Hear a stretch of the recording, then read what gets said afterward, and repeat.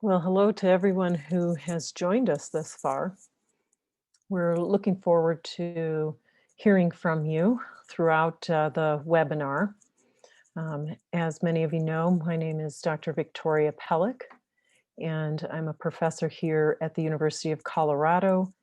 And today's webinar is a difficult one. It is on the late stages of posterior cortical atrophy. And we want you to be able to share your thoughts with us throughout the program, but we will save the questions and answers for the end. But there is a tab that says Q&A where you can actually type in your questions. And then at the end, we will try to answer those. And then, of course, once we develop a full program that we've gone through most of the questions that we were able to go through, we will open it up so that you have the opportunity to share your thoughts with everyone. And once 11 o'clock begins, we will have a guest. Her name is Dr. Liana Apostolova, and she will be discussing a national study that's occurring regarding early onset Alzheimer's disease and how you may be able to participate. And so we'll also have it open for questions and answers at that time. So I'd like to get started. And as a reminder, we're part of the Colorado Posterior Cortical Atrophy Support Group here at the University of Colorado. And the reason why we decided to present late stages of posterior cortical atrophy is because many patients, of course, want to know what the future holds, as well as their care partners want to know what the future holds. Some others also feel that maybe they don't want to know, they don't want to be aware of what's coming. So one of the first questions I have for all of you who are participating is, am I prepared to hear about the late stages? Is this the right time? So it's important to feel ready to hear this information, and it is okay if you're not ready to hear it. It's okay to think about this during this moment and also walk away from the the computer if you don't want to hear it, but your care partner does, or your spouse or your family member does. And it's okay if both care partner, spouse, and person living with PCA does not want to hear about this and to walk away and shut it off. Because, you know, you really do have to be ready to hear about this because it can be very difficult to know what the future might hold for you, and to hear things that might not be the case for you during the late stages. So if you think about this for a moment, you'll have time before we fully start talking about the late stages. But the second question there, is this the right time? Maybe you're prepared, but the timing isn't right for you. We all have lived through 2020 and know that it's been a very difficult reason for many, or very difficult year for many, many reasons. And this might not be the best time for you to listen to something like this. So keep those things in mind, and also know that we'll be recording this so that you will be able to review what we've talked about, maybe at a time where it's better for you or when you're prepared to hear about it. And this will be available on our Colorado PCA support web pages, www.coloradopcasupport.org, where you can find other resources such as frequently asked questions and what is sort of happening in the world of Alzheimer's disease research. So that'll be available for you. So don't forget, at any time you feel like you need to walk away, please do. And feel free to come back at 11 o'clock when we have our guest talk to us about what's happening in an early onset Alzheimer's disease research study that's happening throughout the country. So I'm going to start first with just what is posterior cortical atrophy. I don't think we can emphasize enough that this can be difficult to understand and know even 1 to 2 years after you've been diagnosed with it. So the first thing to know is posterior cortical atrophy is not a disease in and of itself. It's really a collection of symptoms due to brain function in the back or the posterior part of the brain that progresses over time and ultimately results in a loss of brain cells from the cortex. Thus, that's where the term cortical atrophy comes from. Thus, when you put it all together, you end up with the word posterior for back part of the brain, cortical for the area of the brain that loses the cells over time, and the term atrophy for that loss of cells. So let's just take a look at the brain's cortex. And the wrinkly part of the brain is really what we call the cortex. That's sort of the surface covering of the brain. And here's a diagram of what the front part of the brain versus the back part of the brain. And what I have circled here is the area of the brain that we would consider the posterior regions impacted by posterior cortical atrophy. So the two main diseases that cause posterior cortical atrophy are understood, and they're understood to be Alzheimer's disease and Lewy body disease. And these are two diseases that we can diagnose as the main cause because of prior autopsies on patients who have had posterior cortical atrophy. And we also can see in some of those autopsies a combination of Alzheimer's disease plus Lewy body dementia. That can become very important in regards to symptoms. So we can have symptoms that come from both Alzheimer's disease, so to speak, and come from Lewy body disease. And those symptoms might be expressed in, oh, excuse me, might be expressed in other methods or other manifestations, I should say. So that's important to recognize because oftentimes when we're talking about Alzheimer's disease and we're referring to Alzheimer's disease, people might misunderstand that and say, well, don't I have posterior cortical atrophy? So it's important to distinguish those two terminologies that we use, that posterior cortical atrophy is really a collection of symptoms that are associated with poor function in the back part of the brain, the part of the brain that loses cells over time, which again, we refer to as atrophy.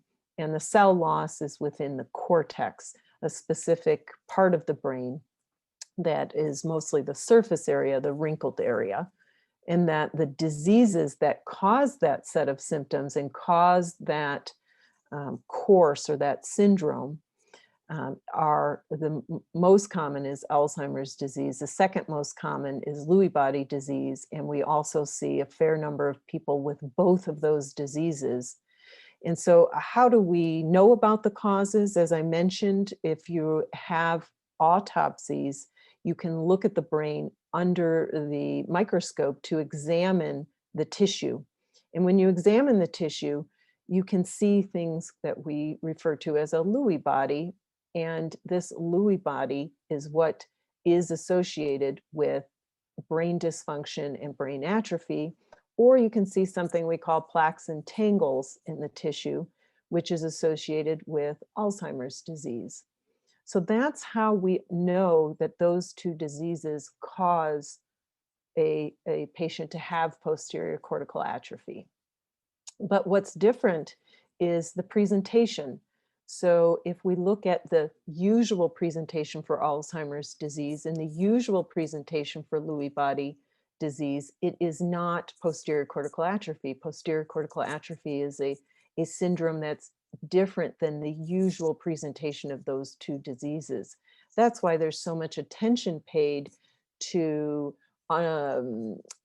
talking about posterior cortical atrophy, having its own support group, having its own set of researchers throughout the country trying to understand it and trying to work to engage people with posterior cortical atrophy so we can understand it a little bit better. Because your needs when you have posterior cortical atrophy and the needs of your care partners are going to be very different than those presenting with the typical course of Alzheimer's disease and the typical course for Lewy body disease. And there are a lot of differences that occur. And number one is often age, not always, but often age is the younger presentation. And then number two is the preservation of memory early on, so that still have good memories, still able to learn new things and retain those memories, unlike what usually is occurring in the early stages after a diagnosis of Alzheimer's disease.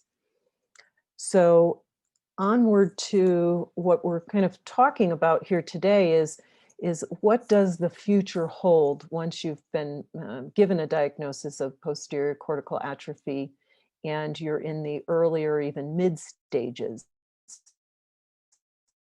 So I will review changes both in cognition and memory. I will also review changes in mood and behavior that can occur.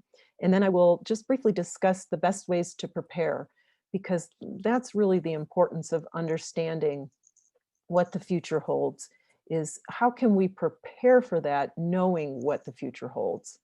And that can be different for everyone in terms of how you prepare. So before I start going into details, there's a few things to talk about is number one, there are problems with forecasting the future. And I think the most concerning is that we can, by forecasting the future and talking about late stages, is create fear, depression, anxiety.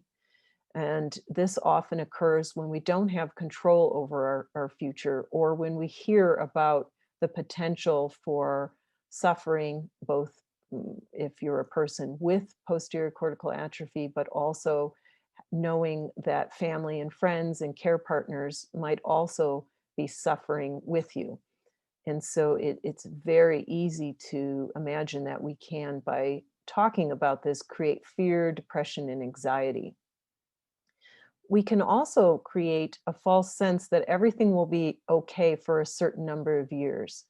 So if time points are given and we say there will be X number of years before you will experience this, which, by the way, we can't say that right now just because of the limitations on what we know. But oftentimes that can create a false sense that, well, I'm not going to deal with this until 2, 3 years go by or 4 years go by. And so we have to be careful to know that just by facing or understanding what's coming down the road can sometimes create these two opposing type of issues, which is important to recognize when you're feeling that or when you're noticing that, both in yourself as well as in care partners or family and friends. And then finally, we don't have enough information. We don't have a lot of data regarding the course of PCA in detail, or certainly in detail to provide that information to people who are diagnosed with PCA. So it can be very difficult to forecast for that reason as well. And probably two things to keep in mind, and this one is really important, is that the course can be different for everyone. If we are able to tell you what we know most about PCA in the course over time, is going to be this. This is one that's well understood by care partners, by family and friends and people with PCA, is when they hear what is the typical course for PCA and then they don't experience it, it can be pretty jarring, meaning they experience either faster progression or they experience changes that they hadn't expected. It can be very jarring. And vice versa. You can be prepared to experience the worst and then you don't experience that. So it's really important to remember that when we give generalizations, it can be very different for everyone. And that's what can make PCA very difficult to even study, is that if we don't have a typical course that people with PCA will follow, how do we know when what we're doing or the care we're providing is working? So this is a sticking point for many reasons, but it's important to keep in mind as we go over some of these late stage symptoms or signs.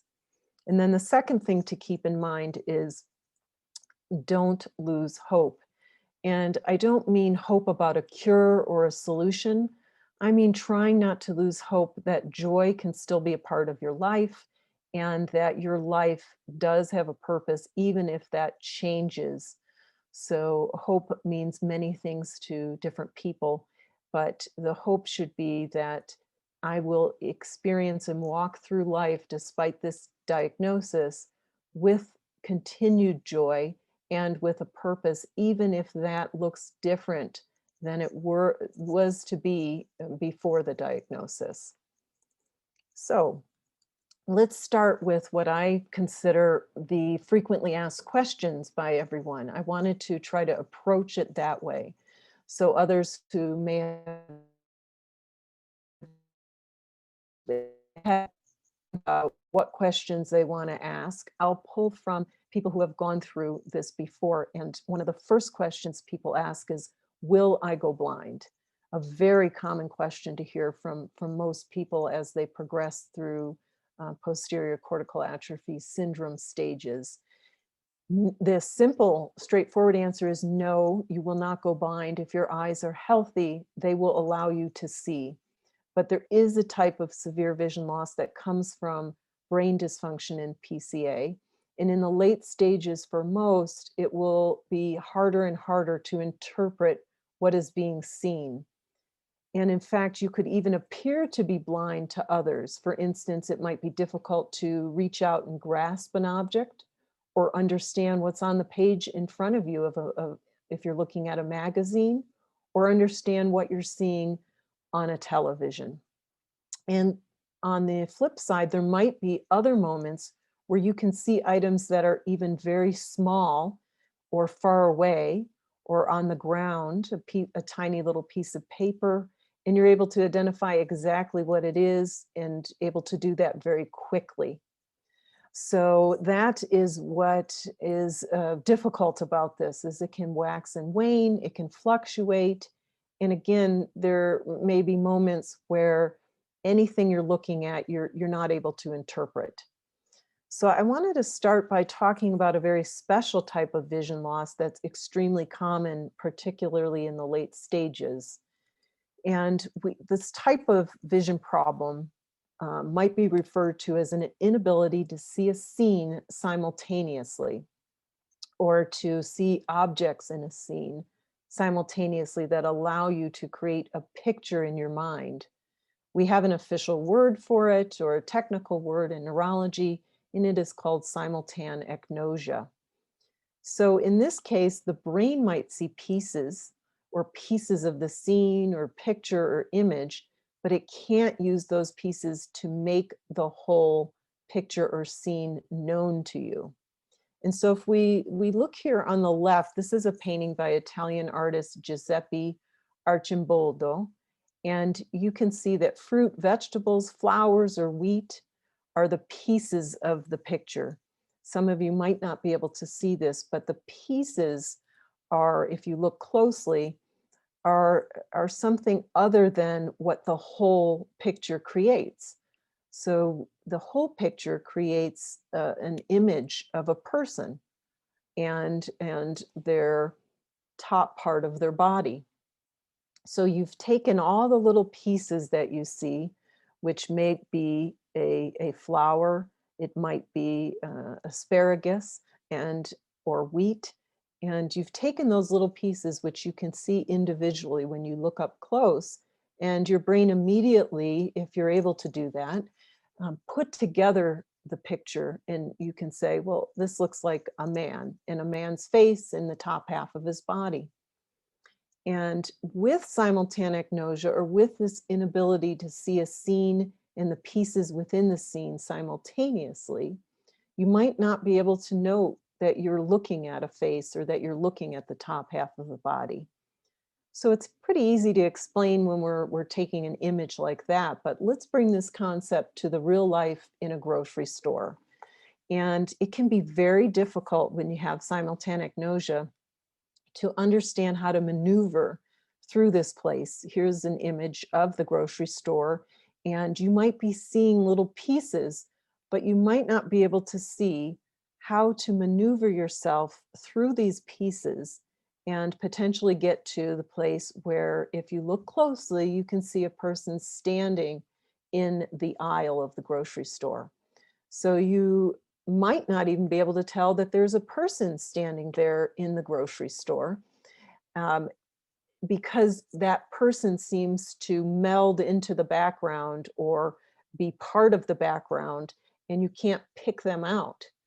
And so you might be standing at this location where this photo was taken and feel completely lost about how to maneuver around objects because you cannot see the whole scene at once. You might be able to only see the little pieces. And so one way to look at this or to think about this is the world looks like that don't mind. So instead of being able to put the little pieces of the puzzle together to create the scene, instead you're just seeing the pieces. And this can be really, really disconcerting. But this can be a major part of the middle, sometimes even the beginning stages, but particularly common throughout the late stages of the disorder. So as an example, getting back to our question is, will I go blind? No, you might be able to see the little pieces of the puzzle, but you cannot put together those pieces to understand the scene that you're looking at. So it can be very confusing. So let's move on to another set of questions that are very common, which are the following. Will I develop dementia? Will I lose memories? Will I become confused? And the sad answer to these questions is mostly yes in the late stages. This is the course that PCA takes in almost all circumstances. And many may just start by not understanding what the definition of dementia even is. So let's start there. Dementia is a term that implies a state of cognition deficits, so your thinking deficits, and memory issues that are severe enough to interfere with independent functioning.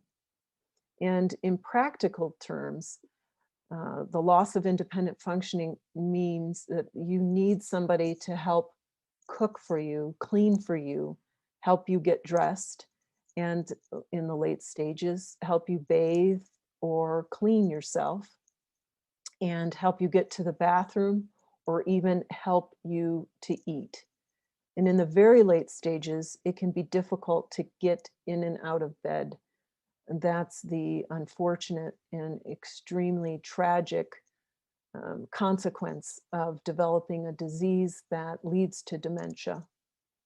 And of course, many people are concerned about the loss of memory over time. One of the clear components of diagnosing somebody with PCA syndrome is that at the beginning, memory seems to be far less affected or impacted than processing of visual information or processing information that is seen and not heard, as well as hand-eye coordination, for instance. So those things are more severely affected, and memory is spared relative to how those other posterior brain functions are able to function, so to speak. So what does it mean to start losing memories? So typically it starts with this inability to hold on to new information. That's the most common way to have a memory change. So it may be something that you did, a conversation that you had very recently, whereas those longer term memories tend to stay intact for longer over the course of PCA. So where you grew up, who your parents and best friends were when you grew up, or the type of work that you did. And then those details start to fade. Maybe it would be a detail about what years you worked at a certain workplace, or it might be where you lived during the 1990s. It might be some of those details that can slip away. And then confusion can set in Oftentimes it can start with the date and the year and where you live and how you um, interact during the day with what you were just doing and what it means to move throughout the day in a logical way. When it is time to eat, when it is not time to eat, when it is time to sleep, those types of things often happen during the late stages as PCA syndrome progresses due to those disorders that I told you about, Alzheimer's disease and Lewy body dementia. So another important question that people will ask is, will I be able to recognize my family and friends? The answer to this is very difficult since it can be very different for everyone in the late stages. One thing that can commonly occur in the late stages is that somebody with PCA can still recognize or even specific mannerisms, so mannerisms of touching your shoulder or holding your hand. And you often know that that's a loved one or your care partner or your spouse or your daughter or your son. Oftentimes what can happen is looking directly at a person's face without hearing them or being able to know their mannerisms, such as their touch, can be very difficult to recognize that person. But once they start talking, it can be much easier to recognize them. But in the very late stages, oftentimes people can lose the ability to recognize a family member, even when they're talking. And this can be very difficult for the family member and as well as friends or care partners or siblings. And one thing I like to remind people is that even if there's not an external indication that there is a recognition, there have been some studies looking at there may be an internal recognition that that loved one is there with you. And by that, I mean that there is some very deep changes in the brain that occur that show that a stranger's voice or a stranger's touch is registering with that person very differently within the brain than a loved one or a person who is close to you or a longtime friend. So there are these deep changes that show that there are potentially no signs externally that a person is recognizing you, meaning they're not saying your name, they're not acknowledging that they know who you are, but deep inside, there may be a comfort that you're providing to that person because there is a change within the brain that seems to be very different than the change that occurs in the presence of a stranger. So we're going to move to mood and behavior, and this is by far the most difficult to speak about because of the pain that these changes can bring. So we're going to start with mood. Here are the most common changes that can occur, and it can occur even in the early stages, particularly depression and anxiety can occur in the early stages of posterior cortical atrophy syndrome, but they often are part of the late stages. And these symptoms are important to recognize because if they're treated early with the use of medications as well as therapy, there may be positive, long-lasting benefits or long-lasting effects. And if treated or addressed early, it may be easier to address them at later stages because you have experience with trying to treat them. Many people want to stay away from medications, and that's completely understandable because we know medications can interfere with other functions. It can give us side effects that we don't want to deal with. And so that approach is also understandable. But we also want to think about if we're going to try to avoid medications, then we need another approach, and it may be therapy. It may be therapy for the care partner and not the person that has the disorder. So we always have to be thinking about approaches that may not mean it's only medication, but we have to recognize when a therapy that's non-pharmaceutical or non-medication based should be started. But by far the most success we have is with medications when we combine them with therapy.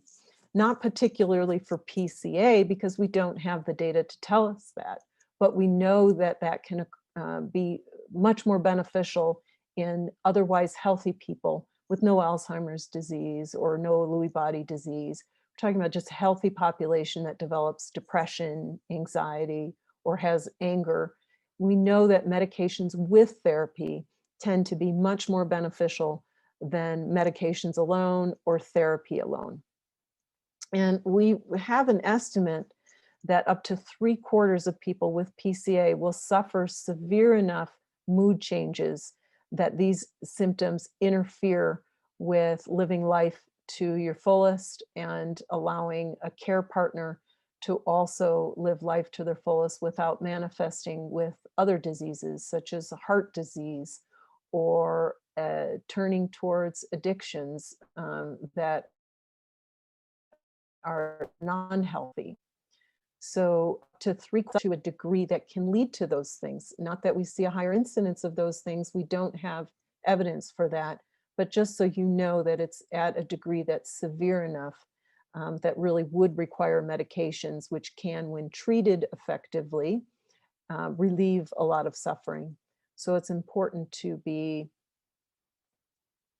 aware of when that suffering is severe enough to require treatment, and that treatments are available for you to relieve suffering in the cases of mood disturbances, which again can happen both in the person suffering from PCA, but we also have to be mindful that it can happen in care partners, or it can happen in family members who are not even a part of the day-to-day caring. There may be guilt for not being part of the day-to-day caring, for being not present enough, for having to take on other responsibilities and not being able to be involved in the care, or just depression and anxiety that somebody they love is experiencing this. So we need to be mindful that everybody needs to be brought into the fold and to be considered when it comes to mood changes. So sadly, behaviors can also be a part of the very late stages. And behaviors can be as severe as psychosis, agitation, and even aggression. So I want to discuss the definition of psychosis and what it means. We know that psychosis can be a big part of the end of any type of dementia, particularly for people who suffer from disorders such as a disease such as Lewy body and Lewy body dementia or Lewy body disease. So I'm going to talk about psychosis. And again, if this is difficult for you to listen to, you can step away, know that you can come back and hear this at another time, or maybe just certain members of your family can hear about this. But psychosis can include things like seeing things or even hearing things, and we refer to that as a hallucination. Visual hallucinations are more common than auditory or hearing hallucinations.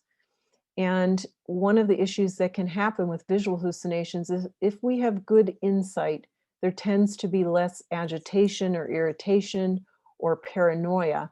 But with psychosis, oftentimes when you have a visual hallucination, it may turn to the point where you're believing that what you're seeing is real. So believing unlikely things, such as believing that the hallucination you're seeing, which may come in the form of a person, is really present in front of you. And that can be very, very difficult and scary for everyone involved.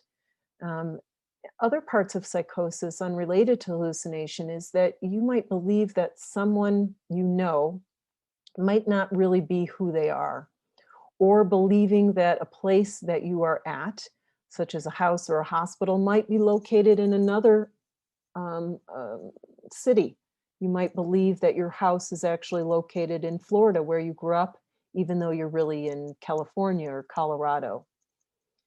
So these types of hallucinations can be very, very difficult to deal with, as well as this type of psychosis can be very difficult to deal with.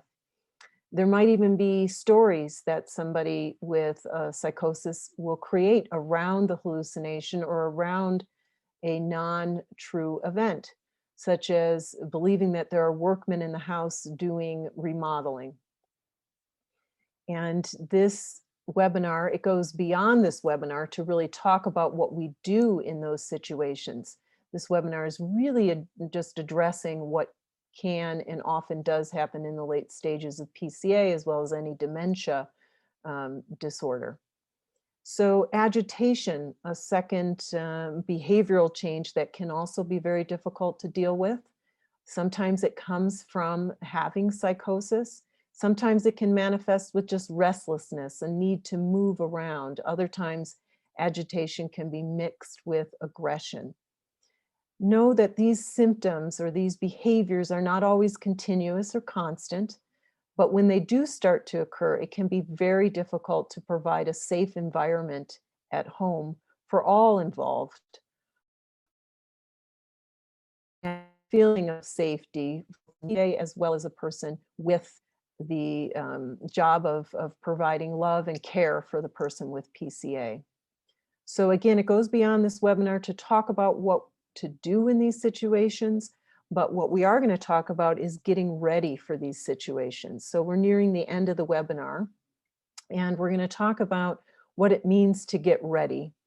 So when you're getting ready, it may be as simple as just creating plans for better understanding what you're going to do in these situations.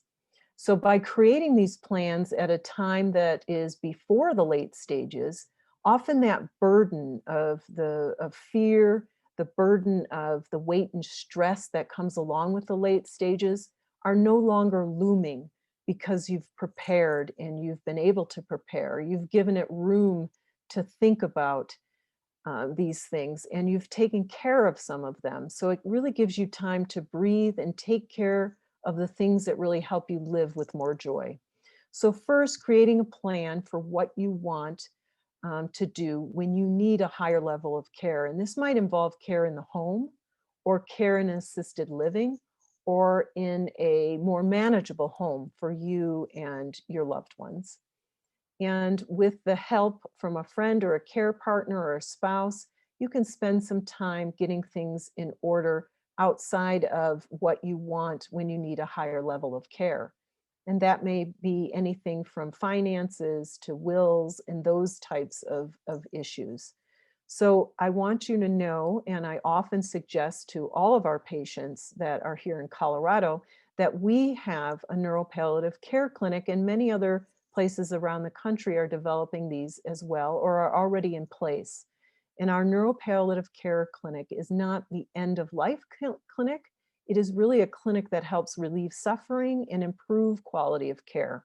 That's the point of the clinic, and it's important to know that at any stage of the diagnosis, you can go to a palliative care clinic to help you with long-term planning, help you understand what a medical power of attorney is and how to implement that, help with issues that may be present in the future or are already occurring, such as relationship stressors, and address your spiritual needs. So it's important to think about these as a potential means to get the help um, that you need to be able to set aside some of these issues so that you can start to find joy and purpose in everyday life. And we have to remember that it often takes work to find joy in the everyday things. What you're used to doing and your way of living will definitely change, but finding joy in the moment and finding your sort of day-to-day purpose can continue. And oftentimes by preparing for these late stages, it makes it easier and more joyful to experience everyday activities. I've had patients begin to paint when they've never painted before, or continue to sing in choirs, or learn to make recordings of their music, dictate written works such as poems or short stories, even if they've never done that before, or work even to help raise awareness for PCA. So finding your purpose in the everyday does not have to be as momentous of any of those things, but oftentimes you can do that easily or more readily when you're ready for the future and the stress of being prepared is removed. And just know that there are resources to help you do that. So you can find some of those resources at our web pages at coloradopcasupport.org. And we can also answer questions that you have if you don't find those resources available to you. So feel free to reach out. So we're going to have time to take a lot of your questions, and you may be thinking those over. We know that this is a lot to process, but I first see that our guest is available to us to speak, to allow you to understand what's happening in the world of research, particularly regarding the involvement of that you can be involved in a national observational research study. So I want to introduce our guest, Dr. Liana Apostolova, who's coming to us from Indiana University to discuss with us a long national large on Alzheimer's disease. So welcome, Dr. Apostolova. And if you would like, you can unmute yourself and show a video of yourself. There you are. Hello and welcome. Hi everyone. I'm really glad to be able to join your group today and to share with you a little bit about the research we're doing on early onset Alzheimer's, and specifically also enrolling patients with posterior cortical atrophy. Let me share my screen. And go into presentation mode. No, not the Trello. Okay, I need to open.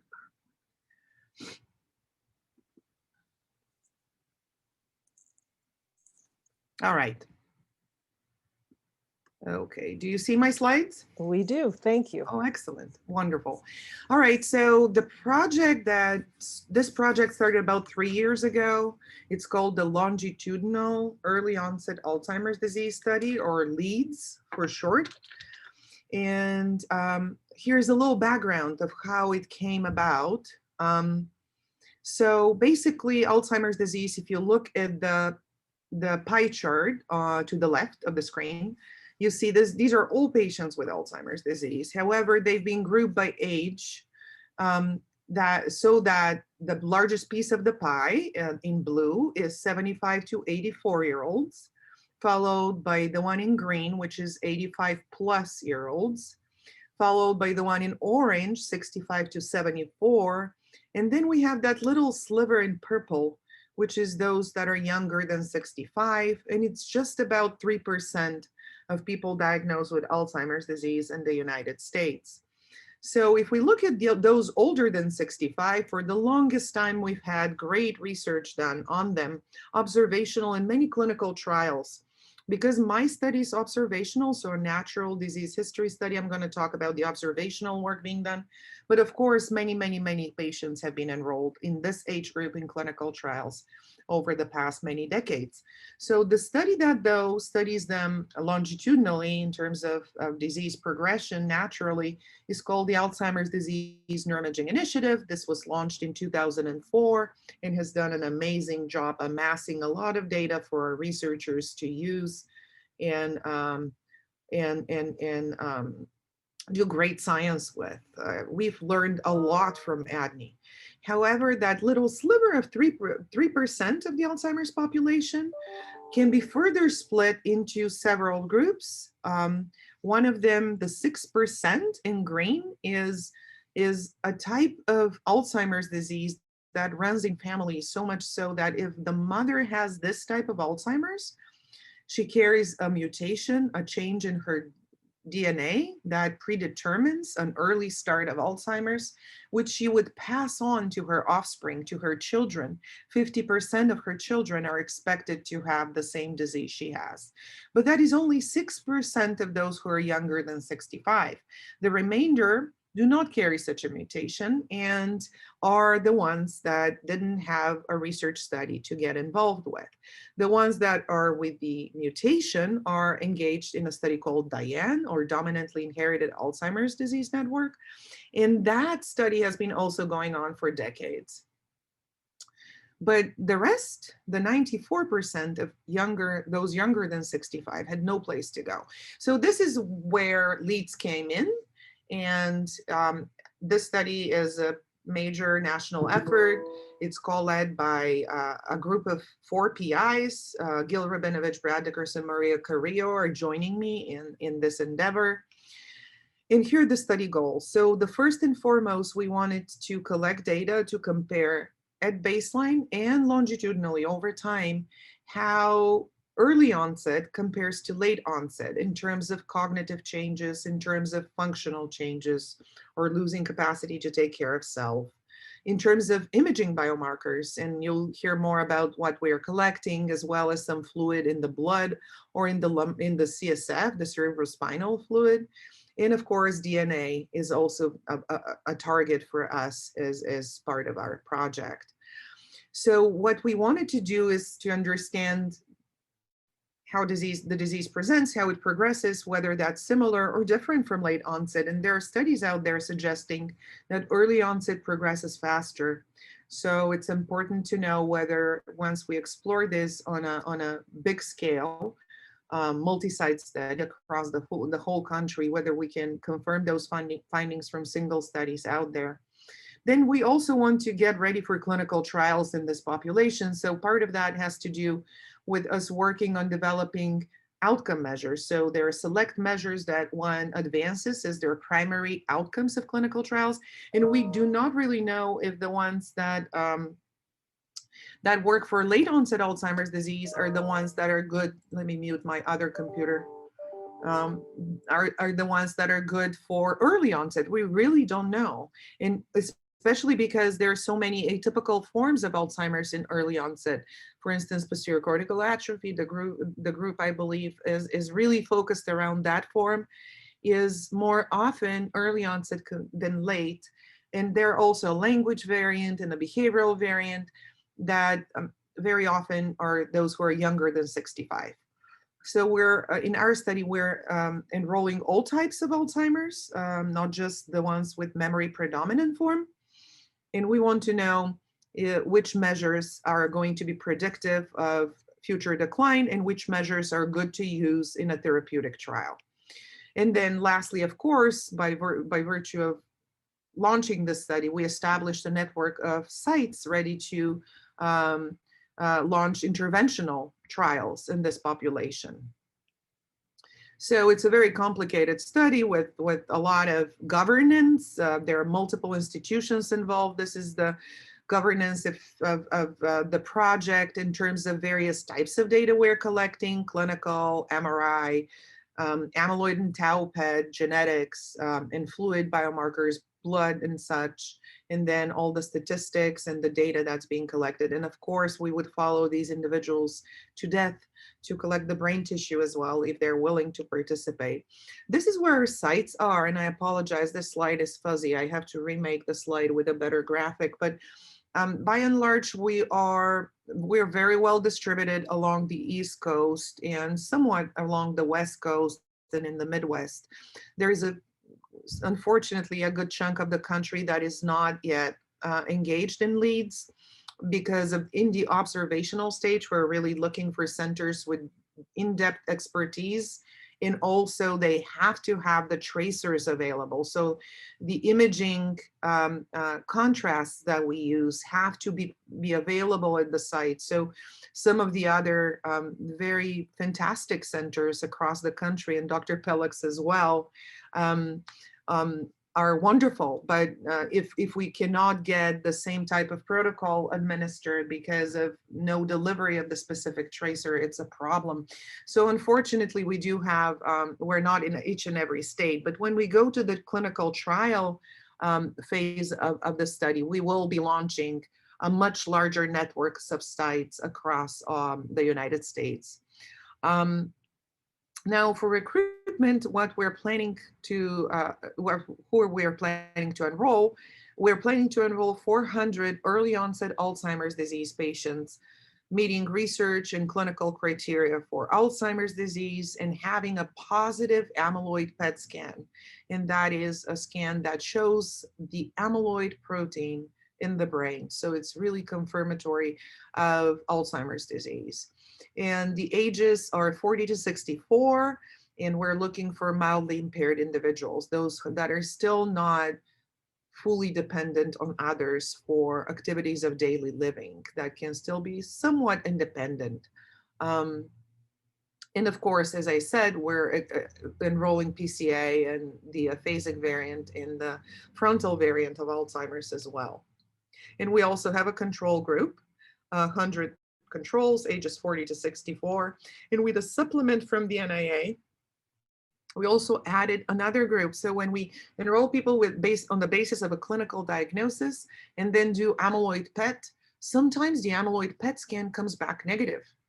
That means that these individuals, even though they look and present like Alzheimer's, do not have Alzheimer's. So it's not known what they have, and it's probably a very heterogeneous group of various disorders. But we ask for additional funds to follow these individuals as well. In the study, people get clinical assessment and a very detailed cognitive assessment. There are couple of sessions of cognitive testing, actually. So we probably average 2.5 to 3 hours of cognitive assessment in this project. Then we assess, of course, functional capacity. We do collect DNA for individuals who are cognitively impaired, not for controls. Controls are in the red triangles. But cognitively impaired individuals, regardless if they're amyloid positive or negative, are then screened for mutations in the genes that run in the families. As I mentioned, those familial forms of Alzheimer's, the autosomal dominant. And we screen for Alzheimer's and for frontotemporal dementia. So we test for 6 genes. And those that carry these type of genes and have signed up to receive results are discontinued from our project, but referred to Diane, which is the home for the Alzheimer's disease genetic cases. And there is another project, ALL-FTD, that deals with genetically predetermined frontotemporal dementia cases as well. So we refer to the appropriate projects. And then we collect fasting blood, plasma serum for biomarkers. We do a lumbar puncture in those who are willing to participate, and we send that, and we keep that in store for analysis as well. Of course, we do a research MRI and 2 types of PET scans, one imaging the amyloid in the brain and the other one imaging the tau protein in the brain. That's the second protein of Alzheimer's, as you know. And in follow-up, those with Alzheimer's disease consistently get all these biomarkers collected, all these cognitive assessments. For controls, we're doing a slightly shorter assessment at month 12, and we have just added a month 24 for controls with another supplement from the NIA for early onset non-AD. We don't collect the amyloid and tau PET scans at month 12 and 24, but do repeat it at month 36 to see if anybody has become positive over time. In cognitively impaired individuals, as time goes by, unfortunately do progress. So at month 48 plus, how many more years of follow-up there would be, it's an abbreviated schedule of mainly cognitive and clinical assessments, as there will be difficulty acquiring all the biomarkers in the imaging at that time. We're also adding an FDG PET scan. That's another type of PET scan to better characterize the amyloid negatives. So it's not there for the amyloid positives per se. So who's in the study already? We have 250 plus participants, and we have about 120 early onset AD cases. The goal is 400. We have ways to go. So those of you who are interested and live near a site, please contact us. I'll show you again how to do that. We have also funds to support travel. So not via air, because now that's not safe to do in COVID, but if you're driving distance, we can support mileage and stay at hotels, so we can collect all the data, which typically takes maybe 3 days, because the 2 PET scans have to be on a different day, and then the screening has to take place before we can do any of those very expensive amyloid and tau PET scans. So here's who is in the study now. The average age for the cognitively impaired is about 60. We see that exactly half are men and exactly half are women. This is different from late onset Alzheimer's, when more women have the disease. On average, women are a greater risk, but here in the early onset, so far, we're 50-50. Our participants tend to be highly educated with at least college degree, and they're cognitively impaired, as is shown by the MMSE and CDR scores here. In terms of atypical variants, we thought we'll see more frequently those atypical variants than what we see at this point. But for one reason or another, we haven't found as many as we anticipated to date. So far, 77% of our participants are amnestic, so memory predominant. About 8.5% of those who are amyloid positive have PCA.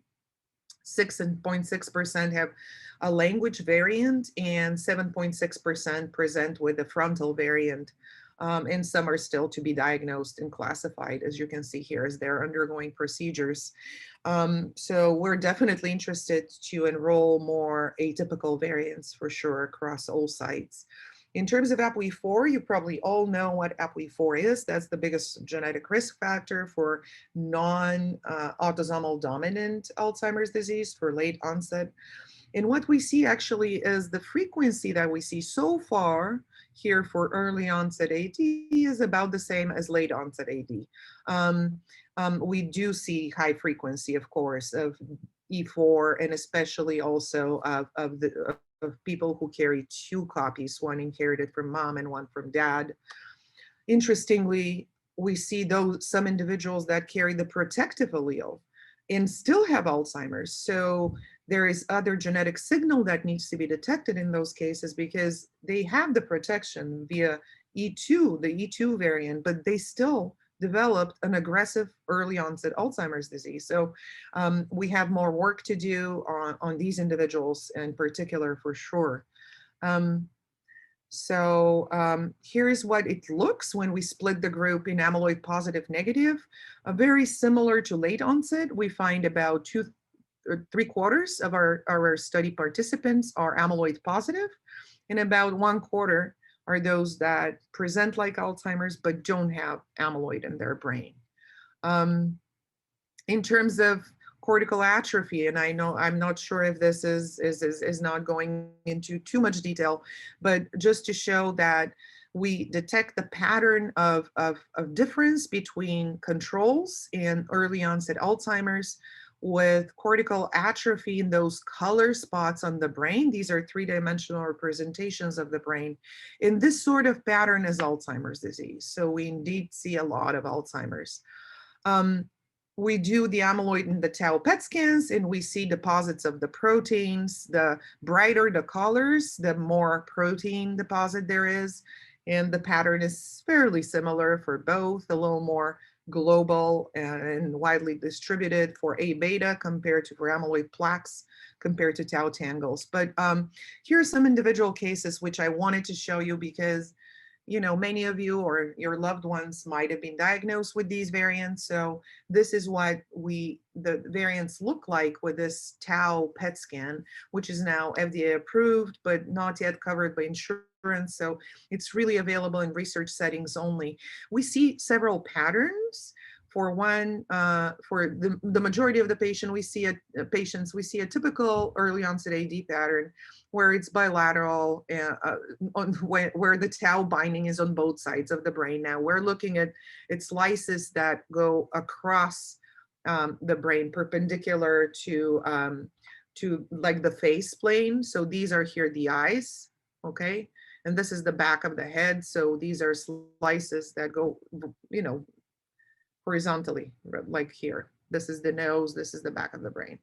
So basically, it's quite symmetric on both sides of the brain, more on the back of the brain than the front. That's very typical for Alzheimer's disease, early and late onset. Then we see what we presume is due to posterior cortical atrophy, more intense binding in the back of the brain and especially in the visual fields. So this would be your typical posterior cortical atrophy sort of tau pattern. Then we see some cases that have asymmetric binding, more on the left side than the right, and those are our presentation. They have the language presentation, and language is in the left hemisphere, so this fits well. And then we see some that don't have much tau, very mild binding in tau, on tau PET. So they exist as well. And it's curious to know whether these individuals show slower rate of progression and less aggressive disease compared to some of the others.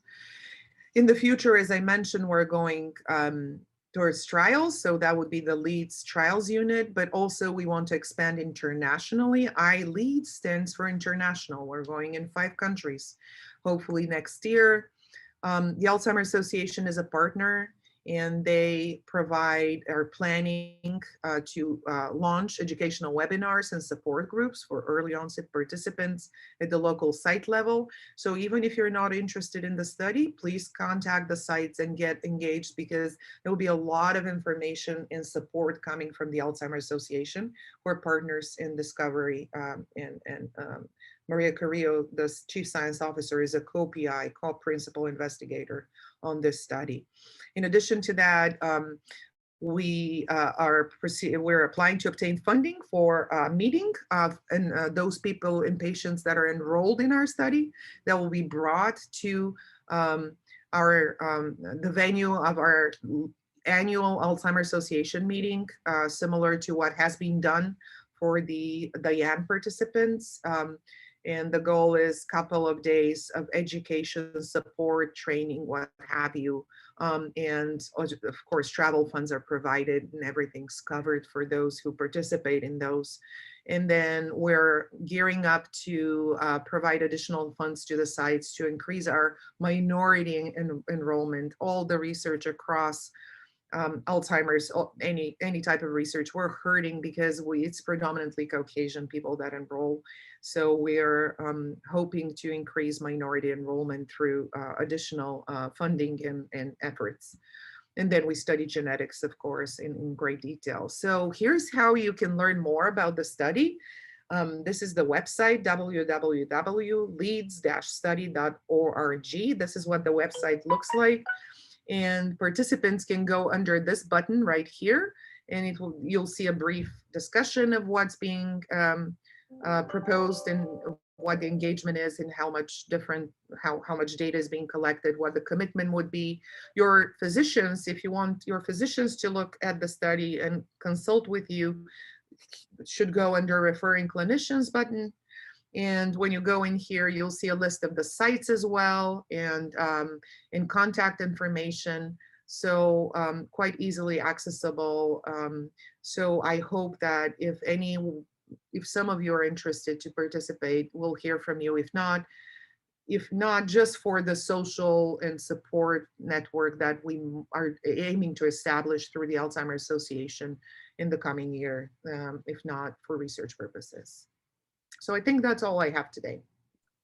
Thank you so much. I can't emphasize enough how important this study is going to be in really changing the landscape, not only of what we understand for early onset Alzheimer's disease, but probably for late onset Alzheimer's disease. So this is an important study for so many reasons. People with PCA and their care partners have so much to give to help us understand this better for the future. And just like Dr. Apostolova mentioned, is that getting to be a part of this can be something that potentially will lead to treatment trials that you can be involved in the future. So we will put this on our web pages. We'll also send it out in our emails, as well as any publications that go out, like a short pamphlet, things like that. So we'll be sure to start to increase our involvement and awareness for this. So thank you so much for bringing this to us, and we'll see if maybe we can have another session again to do some questions and answers with you. That would be terrific.